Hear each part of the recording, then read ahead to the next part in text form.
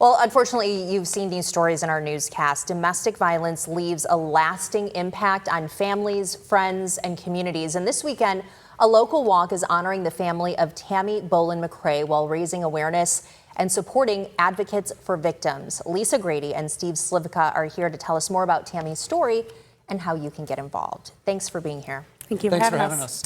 Well, first of all, tell us, who was Tammy? She was your aunt. She was my aunt. She was the light in everyone's life. She was funny, kind. She knew everyone. She was just such a joy to be around. And what happened to Tammy? Her boyfriend murdered her in 2007. It took a pretty big hit on the family. So she left behind a huge family and tons of friends that were, pretty tough. So. But you've chosen to honor her memory and, improve our community by getting involved with this very important organization that's run through the Lucas County Prosecutor's Office where you work, Steve. Yeah, so it sits in our office. We work closely with Advocates for Victims and Justice, Inc. I do a lot of work with them, certainly what we're doing here.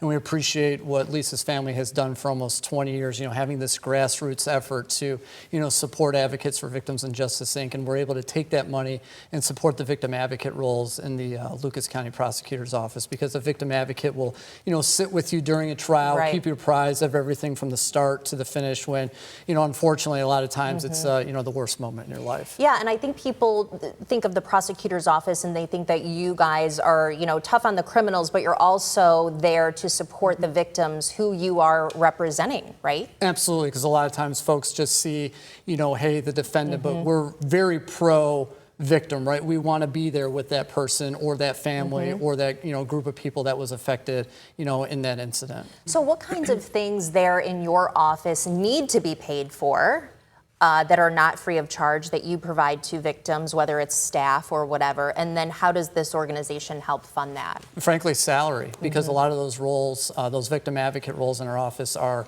funded by grants. And as I know, you've, shared stories over the last year and a half where, grants maybe from the federal, state level are no more.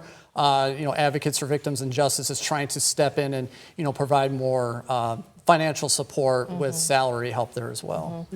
And Tammy, when you think about Tammy, your aunt, you are obviously, we see a lot of people, and I really admire people like you and your family who can take something tragic that happened and then turn it around to help other people. That's why I like doing stories with crime victims, to be honest, because a lot of them really triumph out of this, and that's what I think you're doing.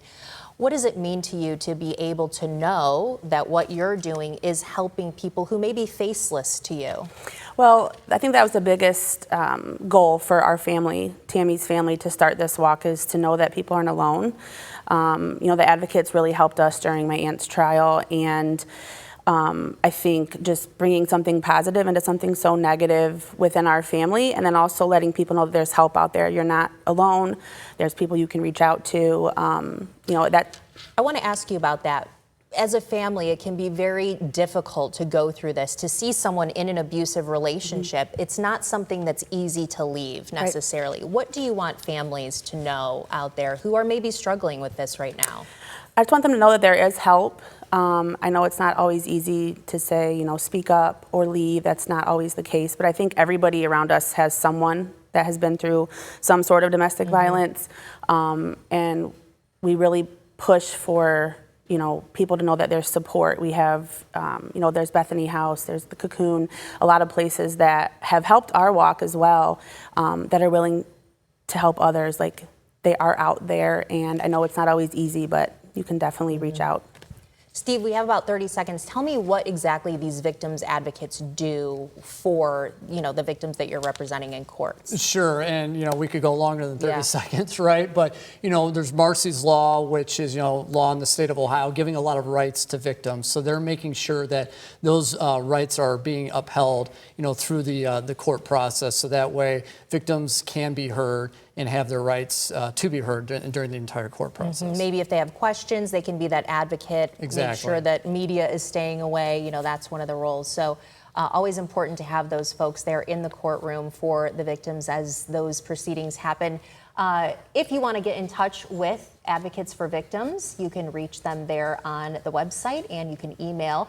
As for the walk, Tammy's Walk, it's going to happen this Saturday. You can register 8:30. The walk starts at 9. You're going to find it over by the Toledo Zoo, right across the street there at Walbridge Park, and you can scan that QR code right there to register. All the best to your family. Thank you so much. Thank you. Have an amazing Thank walk. you. You too, Steve. Appreciate Thanks. the Hopefully work John over can there. give us a good forecast. At the prosecutor's office. Saturday, I think there's some rain, but he'll get a little bit more specific. I don't think it's anything that's that people need to avoid any of these great events happening out there this weekend.